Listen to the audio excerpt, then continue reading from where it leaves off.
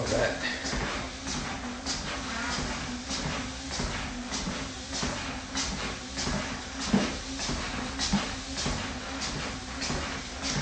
Good morning, everyone. What is going on? It is Saturday morning, Treadmill Talk number 8. And let's get our guest on here so we can get started.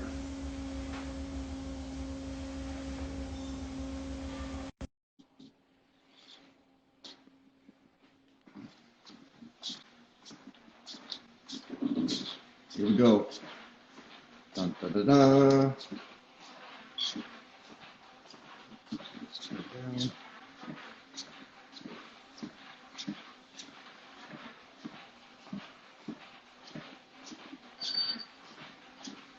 Let's see. What's going on with this? Oops. Nope, not that.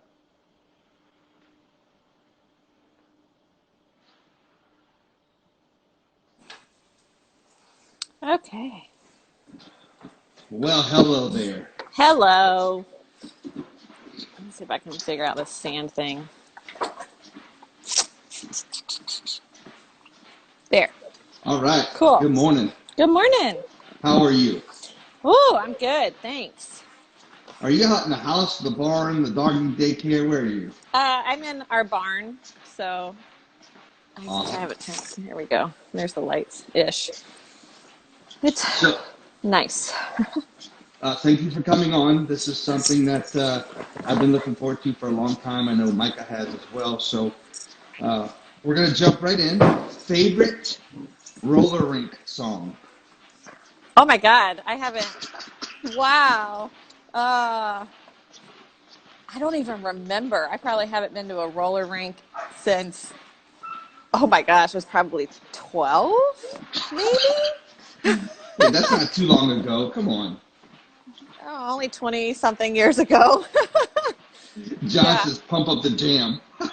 Pump up the jam. Yeah, that's probably sounds about right. I was going to say, I mean, I was born in 86, so anything in the late 90s, you can pretty much just bet that that's on key. Favorite cartoon growing up? Ooh. Ren and Stimpy, probably. Nice. If you had to, or if you could change professions to anything in the world, what would it be? Change professions. I don't know, maybe travel for a living and blog about it? I don't know. That That'd be sounds like cool. fun. That's the first thing that came to mind. And lastly, did Carol Baskins kill her husband? Oh, definitely. Definitely. For sure. No doubt. No No doubt. Go, doubt. go, go, go, go. All right, so go ahead and introduce yourself. Let everybody know who you are, and we're going to get started. Okay, I'm Tyler Peabody. I'm the owner of the Doggy Dorm, which is my business I've had for 6 years. We board and train dogs here out of our lovely farm. It's 10 and a half acres up in North Georgia, Waleska. Obviously, it's a barn, since you guys already saw that. So we live above our barn. I've got horses and dogs, and that's what I do. You guys have done some like major remodeling and just cultivating and doing some things there, at least since I've known you in the past year or two, right? Oh, yeah. I mean, most recently, with us having the shelter in place, we got to finally redo the entrance of the barn, which I posted about this week, which I'm so excited about. But yeah, I mean, on a 10 and a half acre farm, you've always got something to do. There's always a project, that can be finished or started, hopefully completed. But yeah, there's always something to do here for sure. For sure. So like every guest, you haven't seen a list of questions we're flying by the seat of our pants, right? Yeah, I'm very nervous about that. And I think that this is a part that makes this so unique is that it's not scripted, and literally my guest, I kind of stalk the guest the morning of. So I write my questions the morning of, so that way you're not prepared, so that way it's authentic. Right. So we're going to ask some handler questions, some dog questions, business questions. Let's start with, give me 3 instructors that you would recommend young trainers to visit a seminar or go hang out with that are just amazing instructors? Jason Davis, who you had on last weekend, Diamond and Christina Hansel, and Tammy McLeod of I think her company's Nashville K9, but she's based right there out of Nashville. She's amazing. What do you think sets those three apart from each other and their training styles? From other people, like why would I recommend them? Yeah. Yeah. So Jason always has a way of putting the message in a way that you can understand it. So like he mentioned last week, he's always going, does that make sense? Does that make sense? So for me personally, we speak the same language. So I enjoy working with him and seeing other people work with him also, because he makes things make sense. Which if you don't understand what you're doing, it's hard to make progress. Diamond and Christina are you've got two powerhouses, completely different personalities. You've talked to Diamond. I don't think you've talked to Christina yet. Complete opposite personalities, which is always fun. So she brings more of that technicality to the work, and Diamond kind of brings the fire. So It's a nice balance there of learning how to do both and incorporate both into training. They also put things in a way that you can understand. Like really the mark of a good trainer is, can they make people understand their message? And they're both very good at that. And then Tammy has been in the game for a long, long time. She was one of the founding members of AWMA. And she too does a lot of classes. She's done some classes with Learberg. Her kind of specialty is drive development. And she also they just all put things in a way that you can understand. So, and they make it fun. It's encouraging to work with them. So I'm a fan. Nice. Since you started with dogs, what was the hardest thing for you to kind of grasp, and what's been the biggest change that you've had to adapt to? So I started training dogs like 13 years ago now. And when I first got in, I've been in horses all my life. And so when I got in, I was like, oh, this is going to be easy for training, because I've trained horses my entire life. So what's different? A lot. The only thing about that gave me a head start was really just the timing aspect. So understanding pressure and release and how to release.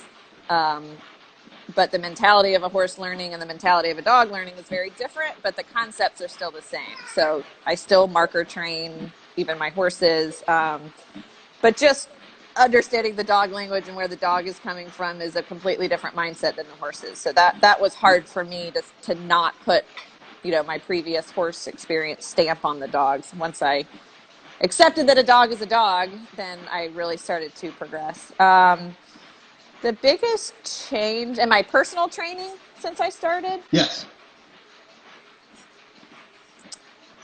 I'd say working the dog that I have in front of me. Like I really, in the beginning, I was just trying to understand all the concepts, and I was kind of applying those blanketly, because I started just in the sport world.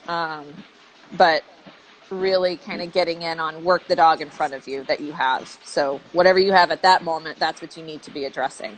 So I like how you stated that, how you were working the dogs, like using all the methods of like almost a blanket, but not, I guess, potentially catering to the dog in front of you, working the dog in front of you.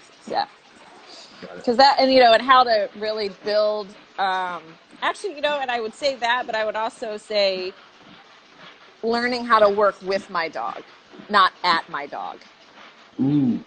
So figuring out how, especially in the sport world where like an IPO, you've got to have, or HP now, you've got to have that emotion, that energy coming from the dog. The dog can't look sad. The dog can't look upset. He can't look disengaged like they can in ring.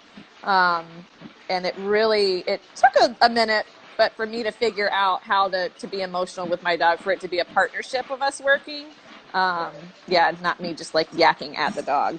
Like you need to do all this, but realizing that it's a two-way street and it takes two to tango. So. Speaking of dogs, how's Freya and how's your mountain lion doing? Oh, well, Freya is the one that you see. She's pacing around because she's an old lady and she gets to do whatever she wants.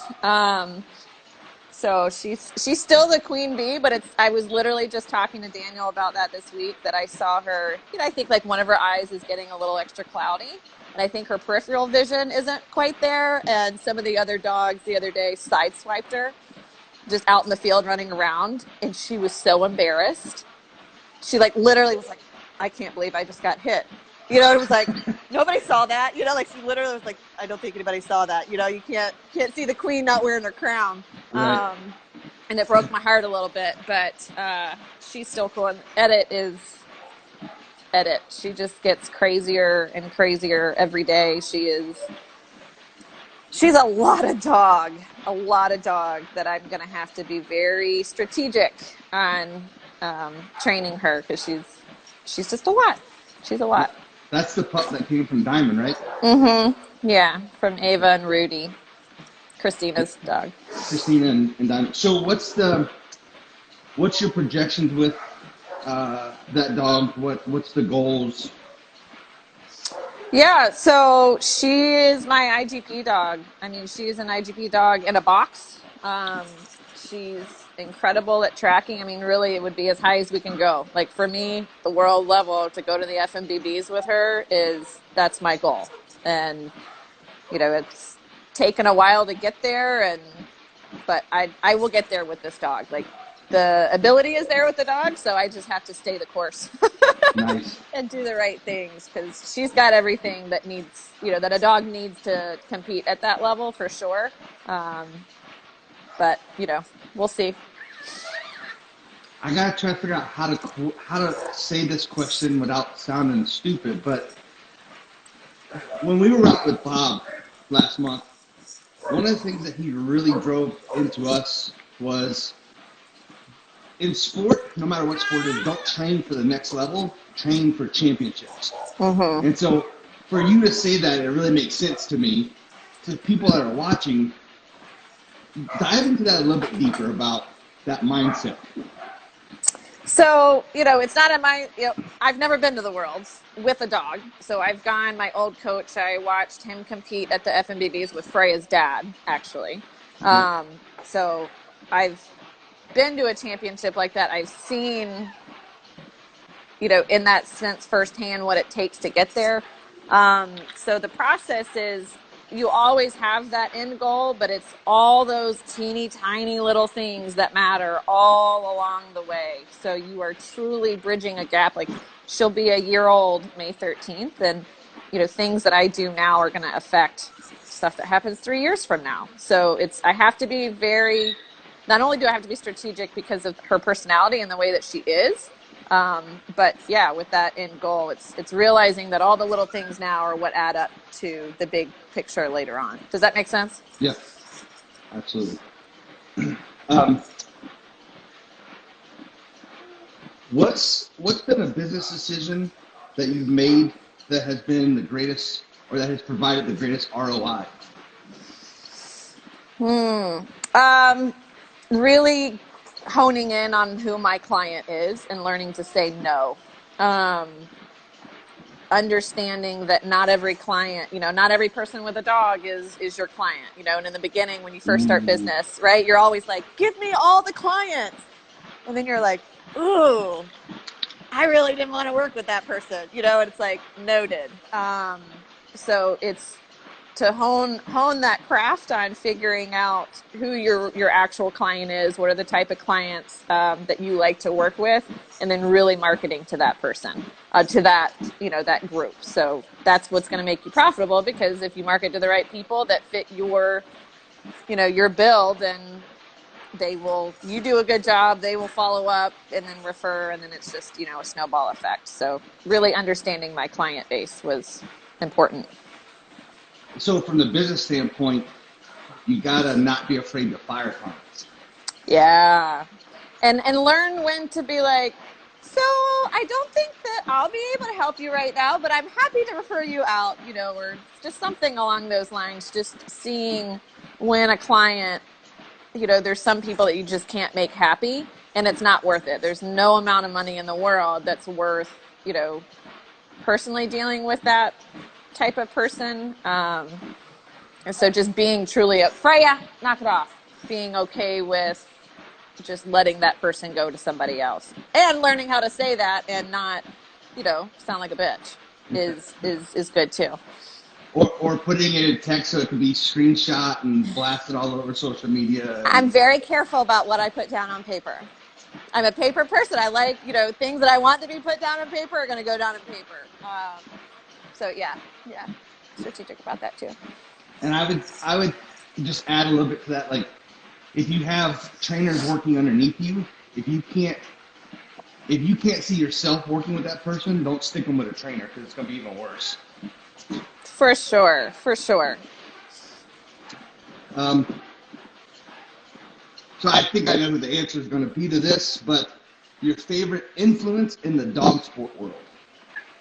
My favorite influence in the dog sport world. I would probably have to recently say Diamond and Christina. I've spent a lot of time training with them. When I took Freya wasn't really retired when I took her back to the Nationals a couple years ago. We had just taken a break. I literally didn't train for a year and a half after my husband and I got married. We had a lot of stuff happen in the first year. We got our farm, and I literally didn't train for an entire year and a half. And then things settled down, and I was like, you know what? I want to take my dog to the Nationals. And I was no longer working with my previous trainer that I had been with for like 10 years and that I got into the sport with. So I was kind of like, where do I go? But I was used to a certain caliber of work that I didn't want to sacrifice. And so I started training with Diamond and Christina, and I just jive with them really well. And I appreciate the time that they give to people seeking knowledge. And, so I'd still say them, because it's just being able to watch what they do and how they do things. I love it. So I want to be a part of it. Nice. So I asked you about people that influence you. How does it feel being an influencer or a role model yourself? Because I know people look up to you. I know Micah absolutely adores you. So what is that feeling like to know that that's out there? It feels good. It feels weird to have people, watching you or following you. It's kind of a weird feeling, but it's also an honor. I mean, that makes me proud of what I've done and kind of what I'm putting out there. So it also is a testament of what I think I'm putting out there is apparently being picked up. And so I get embarrassed by that, but I probably don't give myself enough credit sometimes. But it just feels good. It makes me feel proud. Nice. Yeah. And I appreciate that. Absolutely. What has 2020 showed you so far as a business owner? That it's important to have other business streams. I mean, which I already have. And it sheds more light on that. That you cannot rely on one source of income, because that can completely go, tits up at any point. And as that has shown a lot of people. So I am thankful that I have the business kind of history that I do. We've still been doing business with training clients, but of course boarding went overnight. And this is spring break time, so it was like thousands and thousands of dollars that I was just like, okay, bye. Yeah.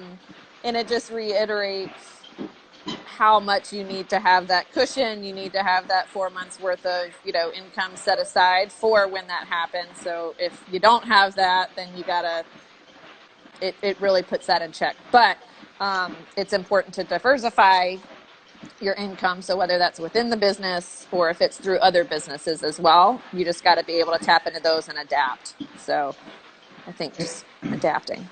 And you have some things outside of the business, right? Yeah, like other businesses that I do.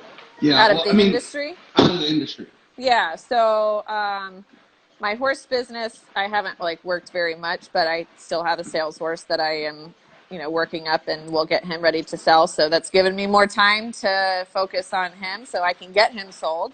I am a consultant for Pure Romance. So, those products and doing parties with ladies has just moved to online, which is great. And that business is going well because people are at home and they're with their people and they need fun stuff, and you still want to feel like you're pretty. And so the Pure Romance is completely separate, and then I sell the CBD oil, but that's really just another aspect of my dog business. I don't work that like a business. It's just like, I'm a supplier, here you go. So, Yeah. But it's a way, something that I haven't tapped into more, that I started talking about more, and, you get more sales and you're like, okay, I should probably talk about this more. So real quick, tell us about the CBD oil, because I know Mike and I got some from you in Florida, and it was amazing. Oh, yeah. For folks that want to know a little bit more about it, tell them. Sure. So I supply HempWorks CBD oil. So they've been around now for a few years. They do a lot of really awesome third-party testing. The quality is way up there. But the CBD oil, it helps a lot with my training clients. So the dogs that have anxiety, separation anxiety, any type of anxiety, really, I'm giving it to them. It's made a night and day difference with, sorry, it's my child talking. Night and day difference with Freya, or, if my dogs have an injury, this is obviously a high impact sport that we do, and it has been a game changer for keeping them healthy. So the CBD oil, like in a nutshell, I explain it like, the body is a bunch of highways. And if those highways have a lot of potholes, your brain isn't able to send the messages to fix those potholes and to fix other issues in the body. So what the CBD oil does is it basically comes into the nervous system, fills in those potholes so that the brain can effectively send the message to whatever nervous system that is, whether that's digestion, that's inflammation in the joints, anxiety in the brain. So it's able to effectively address whatever issues are going on in the body. So that's probably the most simplest way to explain it, but it's the coolest way that I totally get it now, and it makes even more sense. Yay, cool. So, where can folks find that at? My HempWorks site is hempworks.com/pets-in-pals, PETSNPALS. Perfect. So from the female handler side of things, I want you to talk a little bit about that. Do you feel, I guess this will be a personal question, do you feel like females are judged differently than males? It's 2020. What's your input on that? I don't know that I would say that they're judged differently. This is a sport that, equally males and females can play in, right? So, and I also come from that, the horse business, it's majority is female in there. But I think what I would say is I think that there's a little bit of a balance or imbalance in male judges versus female judges. But I think that you see that changing. But I don't know that I would say that we're judged any differently. I've never personally felt that, or, seen it, when I first got in, of course people would be like, oh, you're a female, just wear a slutty tank top and the judge will give you extra points. And I'm like, yeah, I don't really know about that, but that's not really my game. So I think that, of course, you can have that in an industry, but I haven't personally seen it. So I can't really attest to that, if that answers your question. Yep. When we're all released from quarantine, what's going to be the first thing that you guys do? We are going down to my favorite Mexican restaurant. It sounds so cliche, but it's literally one of my favorite things to do. Is go to my favorite Mexican restaurant. They have the absolute best margaritas, and sit there with my daughter and my husband and drink margaritas and eat Mexican on their patio. I'm so excited. Because I have to tell you, it's not bad being quarantined on our property at all. But what it showed me was that I was leaving way too often. and was just gone. So I have enjoyed being home with the dogs. I'm spending more time with my dogs and my client dogs and my daughter, and my husband. So I'm going to make it a point actually not to leave my property as often as I was before. So yeah, I like the being home part. There's a question that says, has she ever trained horses in dressage? Dressage. I am new to the dressage world. In the last few years, I grew up doing hunter jumpers, so I jumped the fences. Freya, leave them alone. But so I have a horse that is phenomenal in dressage. So the answer is yes, but I'm coaching. I'm being coached in dressage. That is, it's kind of like the IPO obedience of the horse world.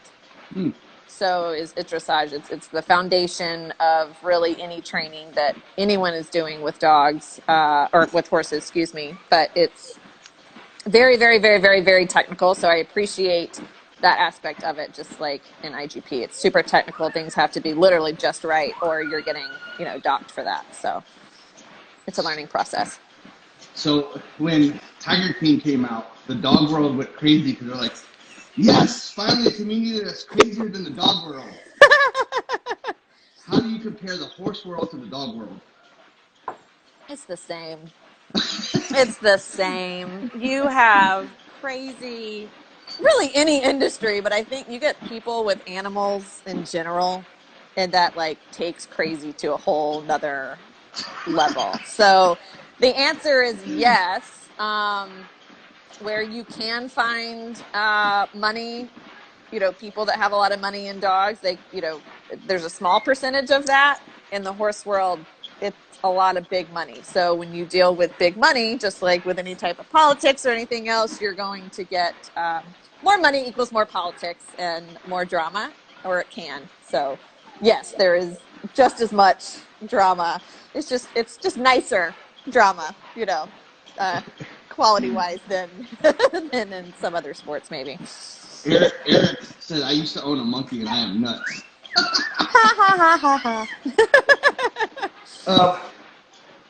Let's see. Biggest challenge, and we're gonna talk about the horse and the accident that you had. What's been your biggest challenge that you've had to overcome just since opening your company?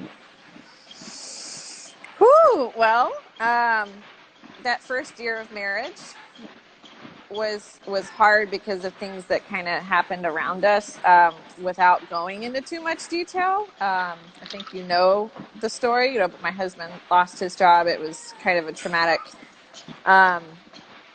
experience. He lost his dog, and he was a canine handler, and that was the biggest hit because having dogs pass away when you work in that industry, as well, when you're a spouse to that, is really hard. So that happened, and thankfully we are just now over that this year, everything that went on with that. But that was the biggest thing. I literally shut my business down for 6 months, and had super loyal clients. And so I was able to come back and bounce back. But in that same time period, we got married in April. Husband lost his job. We had all of that drama happen in June. We bought the property in August, and then I got kicked in the horse reared and smashed my face and broke the entire left side of my face, resulting in 7 different plates that go in there. So that all happened in the first year of marriage. Oh, and then my heart dog died that April. So, but that was definitely the biggest challenge, shutting your business down for 6 months and being able to pick it back up and just make it stronger than it was before, and realizing those that are most close to you, who mean the most to you, and the clients as well, that was definitely the biggest thing that I had to overcome. I almost fell off the treadmill just now. I didn't know the time frame has been that way, like the way that you broke it down. Holy shit. Okay. Yeah, that first year was a doozy. People were like, "Holy cow!" They were worried for us, but it only made, for me and my husband, it only made our bond stronger. It showed who is really there for you and who supports you in that time and who doesn't. So you get to see people's true colors when things that are tragic that happen. Yeah, you get to see what that looks like. But yeah, that was our first year. You see a lot of stones being thrown at glass houses, huh? Oh, yeah. More than you know. More than you know. Damn. Okay. Again, I got to figure out how to put these questions because we were sitting at dinner down in Florida, and you were talking about being kicked in the face, and I'm looking at you, and I'm like, well, damn, it couldn't have been really that bad because I can't tell. And then you pulled up pictures, and I literally about fell out of the booth. Yeah. And I've seen you post them on Facebook, like for the anniversary and stuff like that. Mm-hmm. And to a lot of people, especially me, I appreciate you posting that so people can see how you overcome it. But talk us through, like, recovery, overcoming it. How do you even get close to a horse now? So yeah, it was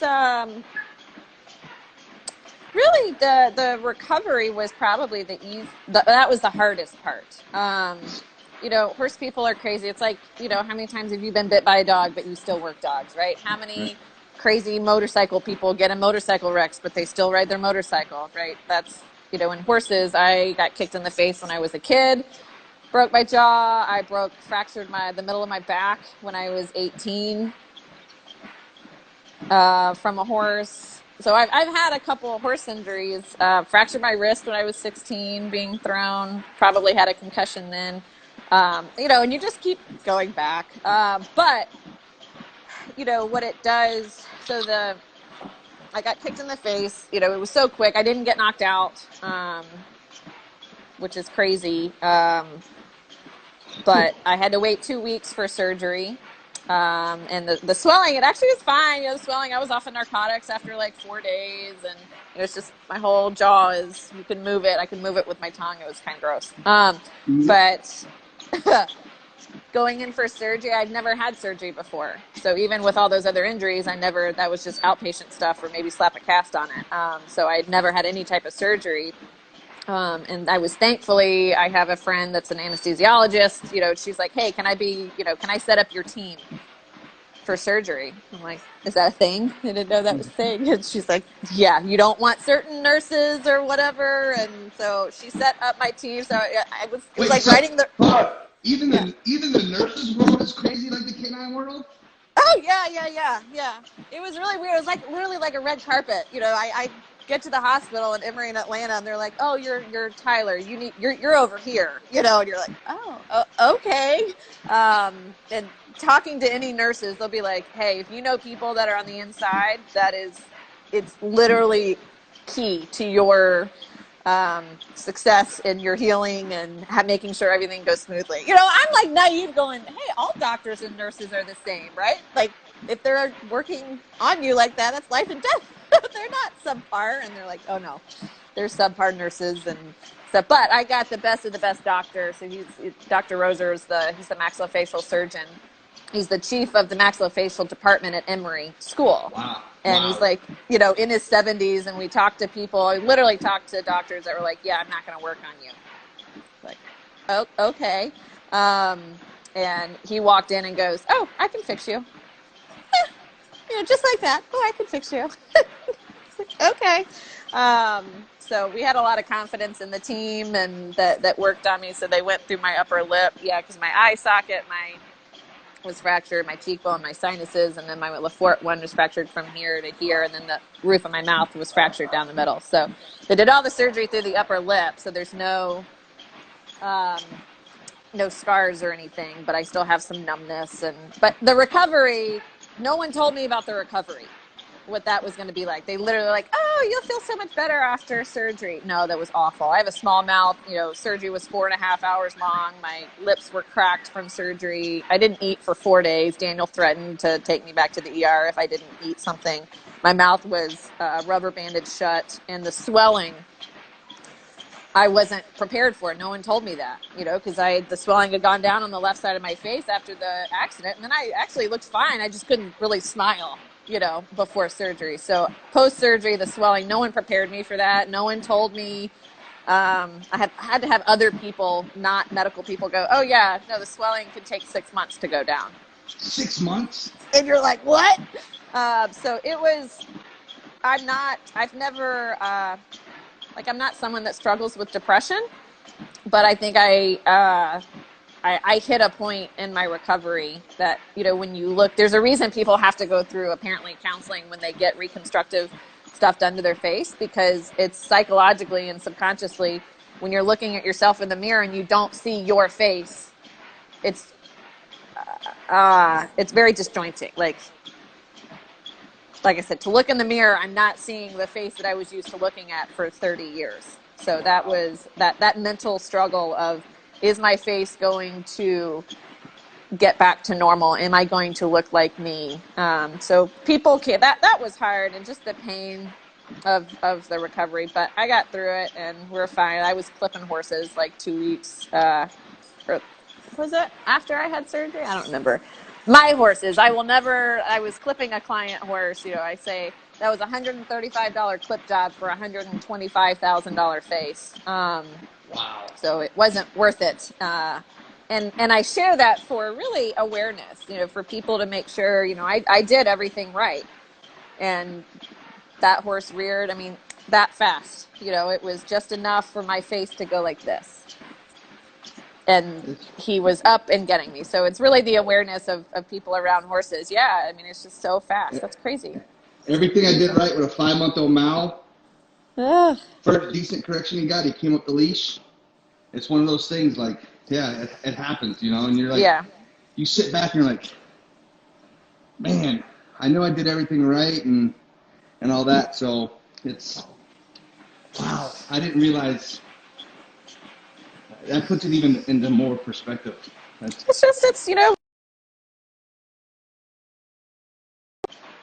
Uh-oh. Come back. There we go. Okay. They're unpredictable and they're strong. And like I said, there's nothing that I could go back necessarily and do anything different. I had my hand on him.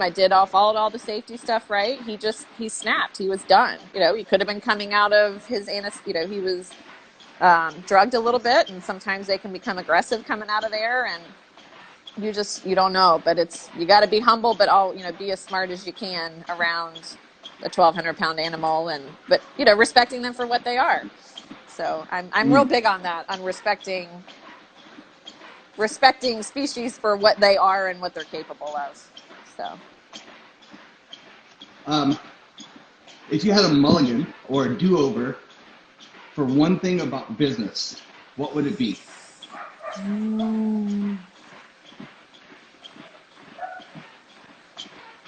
I'd probably market myself better in the beginning. So your business or you particularly? My business. So Okay. Market my business. I let it slowly grow, which is fine. But there's that, that element of, I don't feel I'm good enough to do it, or, those voices that are in your head. And it took me a couple of years to be like, no, you're good at what you do. Go out and tell people about it. So I would just go back and market differently than I did in the beginning, so that I could have been more successful earlier on rather than, 6 years later. But that's probably what I would do, I guess. For someone that, and I consider you very seasoned, for someone that is seasoned like you, veteran, been doing it a while, what do you say to the younger trainers that may be stuck in a box, or may have the mindset of, I'm done learning? Talk directly to them. You're never done learning, ever, ever, ever. And I've always thought that. So this even goes back to I wouldn't work with horse trainers that didn't also clinic with other trainers. So if someone tells you that they're the best of the best of the best, they probably aren't. And if I don't see that person going to seminars and learning from other people, then to me they're not worth working with. So no one is an end all be all. So if someone tells you that, then you need to walk away from that person. That would be probably my advice, because it's hard to tell people, right? It's like, do your research, find the right people to follow, but it's those little things that they need to be listening out for. When people tell you that they're the only person that can fix your issues, no, not true. So just really having that open mind that, we're constantly learning new things all the time about how we learn, how the dogs learn. And so you've got to be able to grow, and that there's, different roads to get to the same destination. So you got to find, gravitate towards people that speak the same language as you. That's, like I said, that's why I train with Jason and Tammy and Diamond and Christina and them, because we think alike, but we don't always think the same things. So, we're interested in finding out the same answers to those questions. So I think surrounding yourself with people like that are also constantly searching for new information is really where you need to go. With obviously the state of 2020 so far, and not being able to travel and grow, what are some things that you yourself or people can do to make themselves better while being quarantined at home? Yeah, so I think that one of the mistakes that I had, and this was part of, I got kind of squished into a box in my early training years, was not believing that I can be doing a lot of things myself with my dogs. I don't need to have a club. I don't have to have someone, there. I'm not a decoy. I'm not a helper, but there's things that I can be doing that can, keep my dogs fit and in shape. So finding out what those things are. So reaching out to your mentors, or if someone is new in the sport, finding out what exercises can I be doing at home that make it so my dog isn't behind the curve when we get back to training. So I think just being diversified in how and what you train personally for your dogs, like putting the leg sleeves on and working my own dog, I got to learn how to do that at some point. And it wasn't until maybe 7-8 years ago that my friend Tammy was like, why aren't you doing this? I was like, no, my helper does that. My trainer does that. And she's like, why aren't you doing it?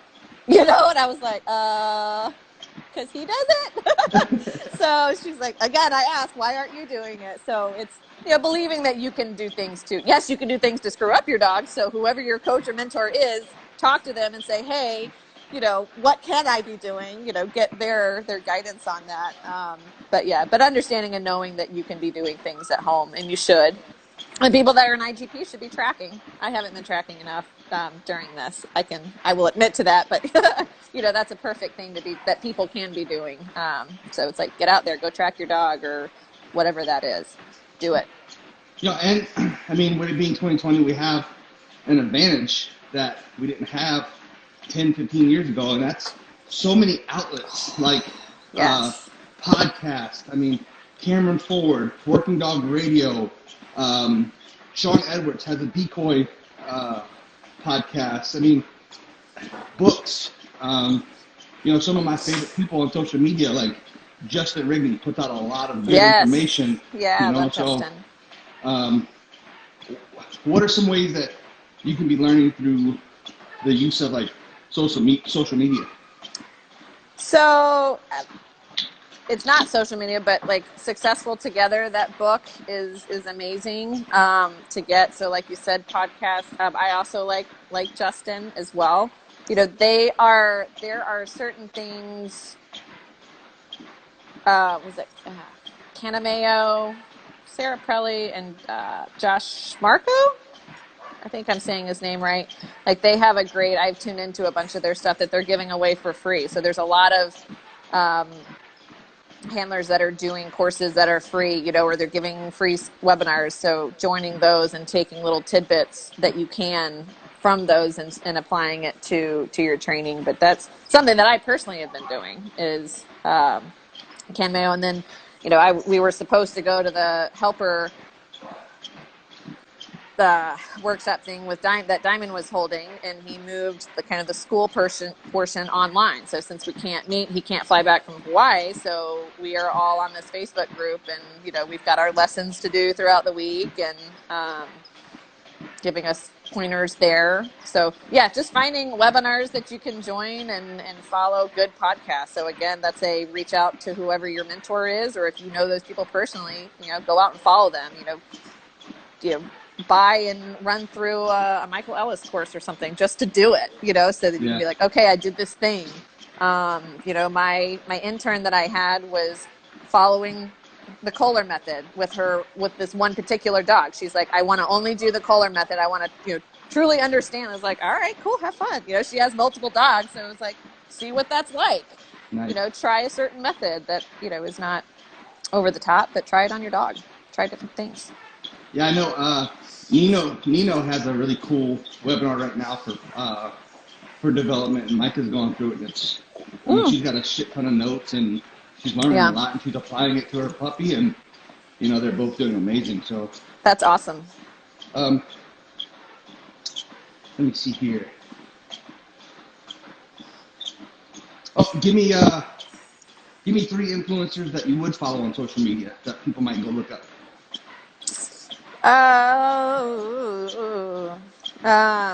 Well, I like Justin. So kind of those that I just mentioned. I don't have my computer in front of me, but I like the stuff that Justin puts out. So I definitely find myself going to his page and looking at videos that he's posted. And then, like I said, Can Mayo, with Sarah Pelly and Josh Marco. That's one that I would follow. I'm trying to think of a third one. I don't know. I liked your Nino suggestion. So that's what I would probably put out, since I've already, like I said, I already mentioned what I was already doing. So, yeah. Where do you see yourself in 3, 5, and 10 years? 3, 5, and 10 years. Well, personally, I see myself... Well, let's see. 5 years, I will have been on the world.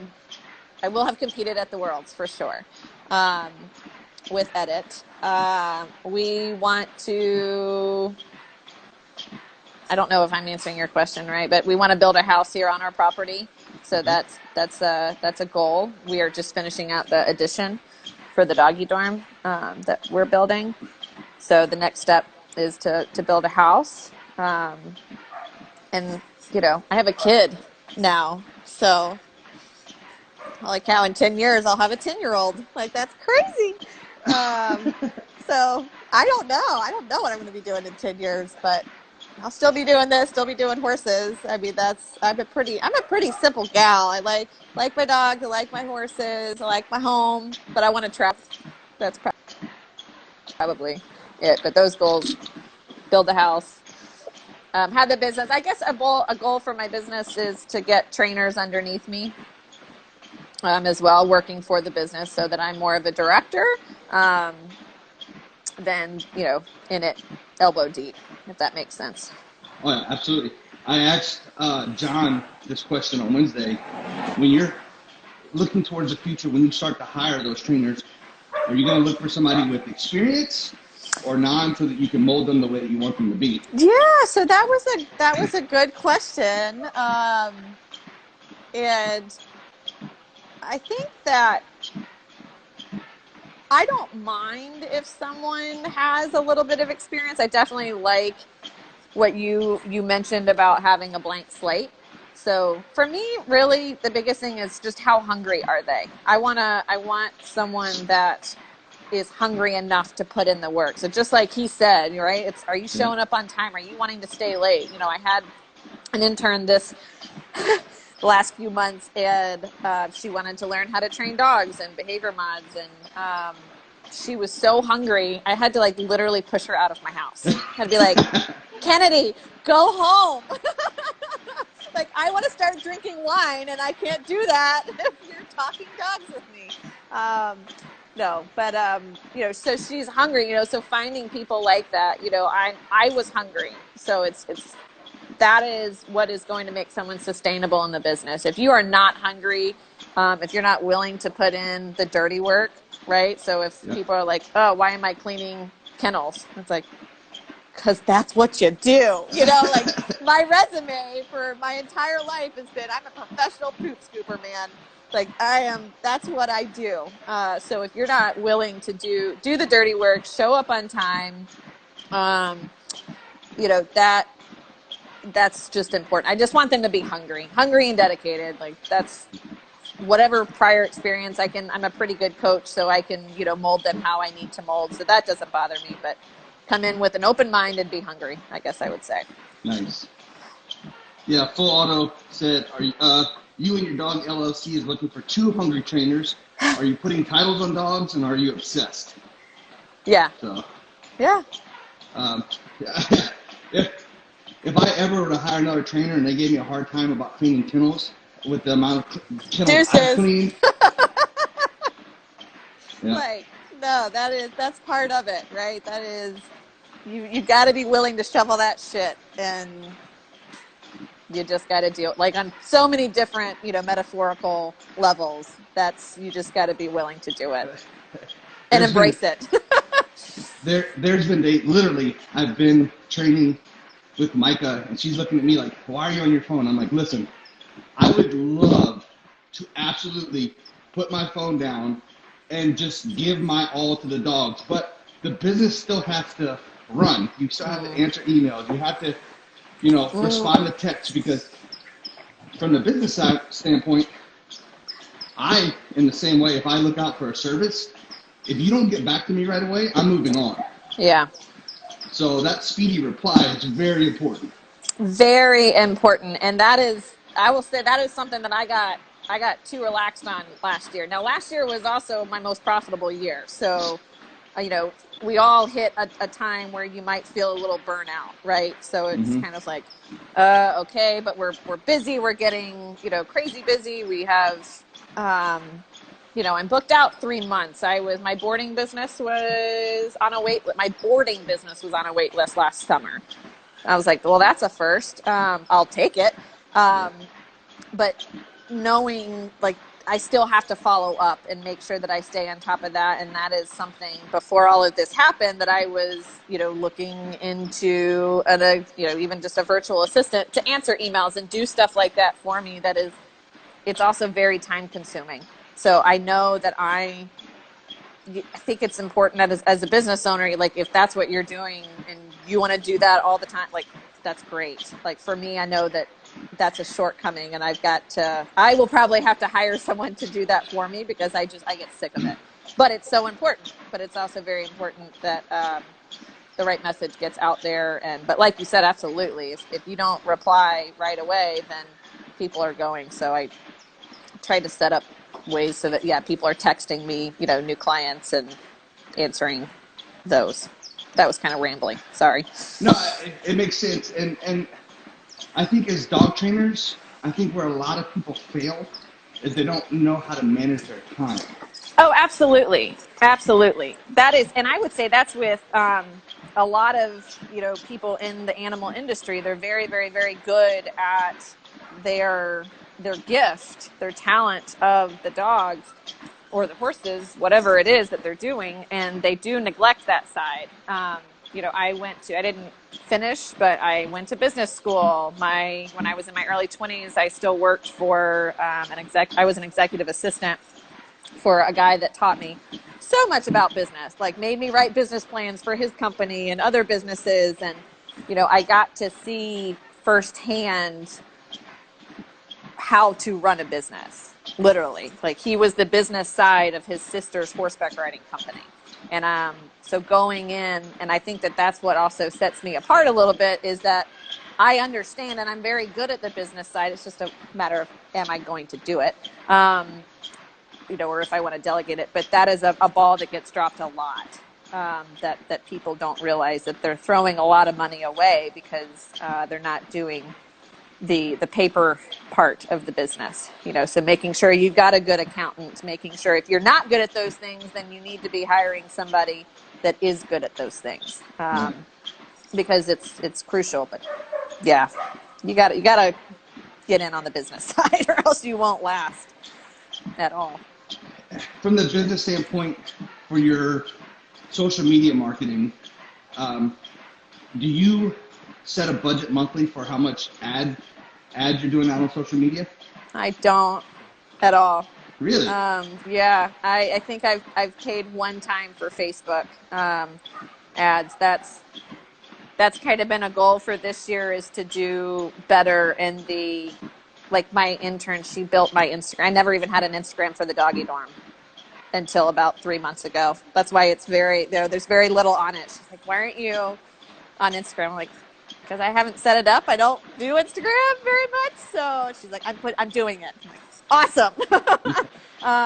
Go for it. So I don't spend a lot of money on that. I mean, the majority of my business has come from just referrals and word of mouth and Facebook, right? Like, you got all those neighborhood groups, and I've been around enough that it's probably half and half too, that people just Google and they find me, and they go from there. I'm sure I would be even more busy if I actually paid and had a marketing budget. I would be even more busy than I am. So if I started doing that, I'd probably hit my goal of having other trainers underneath me sooner. That's what I was getting ready to say. Like, if you had trainers underneath you, you definitely would need to start marketing.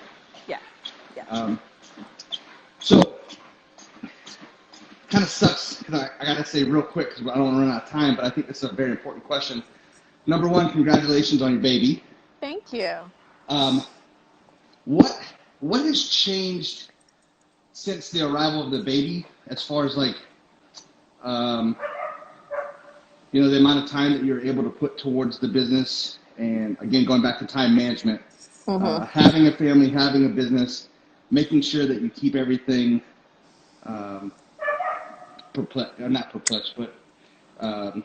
even. Yeah.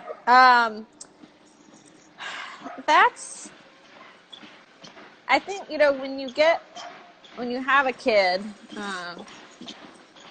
and she's passed out right now. So they learn to, I guess you could say you learn to time manage better. You're taking that time. You're like, okay, I only have, her naps. She's a pretty good sleeper. So it's like, I got 3 hours in the afternoon. So if I need to do anything that, can't involve her, I've got to get it done in those times. So I don't have an option. But she goes with me with a lot of things. So she's great at her little stroller. She does her thing. She keeps herself occupied. But you make the time, because you have to. And I don't know that I found, I guess the only struggle that I found is, her needs are so immediate, right? So, if I am working a dog, my client dogs or whatever here, and she starts crying or whatever, and maybe Daniel's not here to take her over, I have to stop and I have to address that. So that is the difference there, is I can't just be like, oh, you can wait it out. I'm not a cry it out type of person. So it's just having to drop, at the drop of a hat, I have to be able to attend to her if I need to, but I love it. And I have actually found myself now, there's definitely certain things that, getting up to track in the morning is really hard when I have a baby that wants to snuggle, that part has been sometimes I don't get out of bed until 9. My husband's amazing. We do this together. So, he gets up at 6:30 and gets all the dogs out and, does all of the morning stuff that needs to be done, and I can be there with her. So yeah, so some of that, it makes me find the time, but I'm also I want to snuggle with my baby, so I'll do that later. But so I just put the hours in later. It's like when I'm out working dogs with Micah. When she gets hungry, I'm like, listen, you can go 1 more hour and then we'll get food. Right? I can't. I feel you, girl. I get hangry too. When I get hungry, I got to eat right then. But yeah. Well, thank you so much for coming on. This has been an amazing interview. I'm so glad we got to do this. Thank you so much. And once all this stuff goes away, we're going to come down and see you and hang out, and I look forward to that. That will be awesome. Did I hear you say that you guys were going to come down for our trial that we had? I didn't even know that Bob and Erica were going to come. So that's I mean, we were hoping we were going to be there in April. And with all this stuff, it's a no-go now. But as soon as all this stuff lifts and we can get back onto things. Well, it'll be interesting. I don't know if it's still going to happen, but our club is hosting